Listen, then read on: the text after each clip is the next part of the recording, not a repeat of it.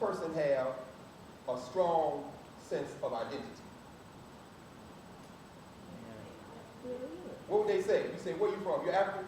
Ain't no damn African. I'm from. Do they claim it? Hard. Everybody black gonna rep their thing, regardless of the problem. The question is not self-esteem. The question is socialization. What do you do with it? So even these popular cultural dimensions that we recognize ourselves in, the challenges we have, one of the challenges may be less a question of whether I think I am a human being. But when it's filtered through a certain lens, it's translated as this person has low self-concept. And it is absolutely true in any number of ways. But the methodology we have to identify does gravitate culture, because ultimately, when you give people a purpose and an objective, they may attach what they already have to accomplish an objective. But often in scholarship, which we're coming back to this in a second review of literature, what gets conflated is the objective with who the people are. So, for example, the civil rights movement gets read as black people becoming full citizens and thereby either feeling better about themselves or feeling better about the country. No. Our objective was to get the right to vote. Our objective was to get the right to buy a house where we want. Our objective didn't include the idea that we had to get some sense that we were human beings. Now, I was clear about I was a human being. What I was also clear about is you won't let me in the voting booth. But then the scholarship, much of the scholarship gets translated as, oh, black people, through the pursuit of democracy, elevated their sense of being full citizens. No, black people are as clear today as they ever were about this garbage can called the United States of America. But there were certain particular objectives that they thought would enhance their ability to navigate that system. Don't conflate the two things. Because if you conflate the two things, you might get upset when a woman on her way to becoming the First Lady of the United States said something in an unguarded moment that came out of the black radical tradition for the first time in my life. I am proud to be an American. What do you think she meant by that? You don't have to explain that to any black people. The only people you got to explain that to is people who think somehow black people look to America for their self-esteem. But damn about America, everywhere I went was for an objective. Now some white people voted for my husband. For the first time in my life, I can say that y'all have some sense.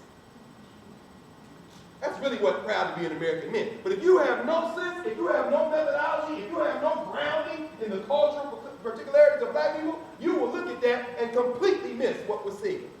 You might write a whole damn book about political attitudes in the black community, starting with that epigraph, and say, using that moment, you now are engaged in asking the question, when do blacks become proud? I can answer that question without writing a book. Never! And then move on to the real question, which is, when do blacks feel that this behavior will give them the ability to navigate a system better than that behavior? This ain't about pride and identity. Not for black people. I don't know, maybe I'm wrong. I'm sure I am, for the 3 black people who don't feel that way. However, even the 3 black people who don't will be the exception that proves the general rule. And at the end of the day, the black community, no human community is a monolith. All we're looking for is modalities. So I get too far off. So your methodology then will be a statement of how you're going to try to answer your essential question. How you're going to go about trying to answer the question that you have in your mind. Your review of literature. Oh, how long should this be? Methodology. How long do you think it would take you to do that? The how. Say it. Page and a half. Let's put that there. So let's say 1 to 2 pages. May not take you long. Again, this is a proposal. You're not going to carry out the research. Imagine this as you have every resource available to humanity at your fingertips, and you're about to plot what you want to do. So you're going to need to be creative. You're going to need to ground it in some sense of how to go about doing this work. But you're also going to have to spend a little time in the library, because that's going to speak to this one and this one. We talked about this one and this one. Let us now move to this one. review of literature. Your review of literature, in fact, put it down. It comes down to this. You're looking for this, gaps. There are different types of gaps. Somebody give me an example of a gap. First of all, give me an example of literature. You're reviewing literature. What literature is that? Scholarly review. Right. Black thought in the diaspora. Black people believe in God. It's part of the black Bible tradition to believe in God. I want to study how the church was important to black people. My proposed study will be to go through black churches and find out how the black churches organized in the civil rights movement. My preliminary findings were that they're important, and my working bibliography is the Bible. A Martin Luther King documentary that I watched a little part of at Boycott, the film that was on HBO. That is absolutely close enough to reality for enough students at Howard. I hope there's nobody in here, but that's not what we're talking about. Exactly what you said, scholarship. Scholarly essays. By that, several categories. You're looking for gaps, but let's talk about the categories where you're looking for the gaps. You're looking for gaps in the literature that is in books. You got 2 books with enough footnotes to help you get started in a range of ideas. You're then looking for literature, books on your subject or close enough to your subject, and then you're looking for articles in academic journals. Why there? Why look in journals? Say again. Right, so that you don't repeat what's already been done. That's exactly right. Yeah.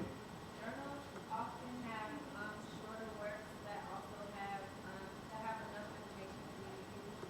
They also have bibliography as well. That's right. They're shorter in general. You can look at abstracts so that you're not reading something that you don't need.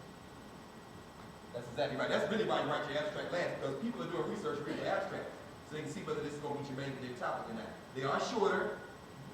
They're also more recent. It takes a long time to write a book. Yes.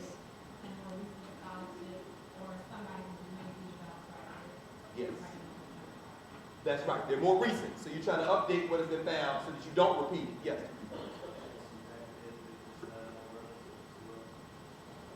And, well, they're more recent and more relatively, perhaps, in the sense that they are more specific to your topic. You might find something exactly on your topic, which means that the gaps are going to be in several categories.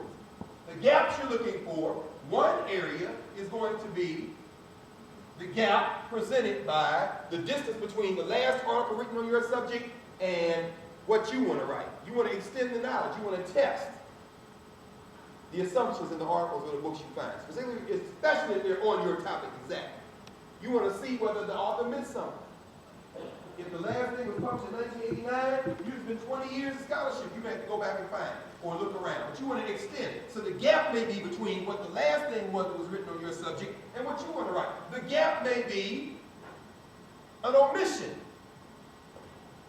In other words, there is a silence in the literature. You often see that. There's a silence in the literature on my subject. So I want to contribute to knowledge. Because ultimately, all scholarship is supposed to contribute to knowledge. You're supposed to help generate new knowledge. And by new, it doesn't mean it didn't exist before. What it does mean is that people may not have been aware of its existence. That's why Black Marxism fills a huge gap.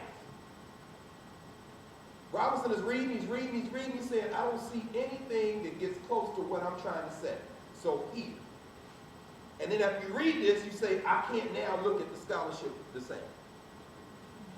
But after having read this, you say to yourself, he didn't talk about this. Well, that's a gap for you. That's why he says, I didn't mean to exhaust the subject, only to suggest it was there. This is the beginning. This is the beginning. I'll get about 50 copies of this and give it to everybody in that damn commission. Read this before anybody opens their mouth again. Before y'all mess around and make this a minstrel. Can't make this something that's not. Yes, you can. And then you close it up. You really need another. What's the joke? The Black Harvard. You ever heard that? You know the joke, right? The joke is that that's nowhere near remotely true. Power has never been as tiny, as ridiculous, as irrelevant, as John Harper.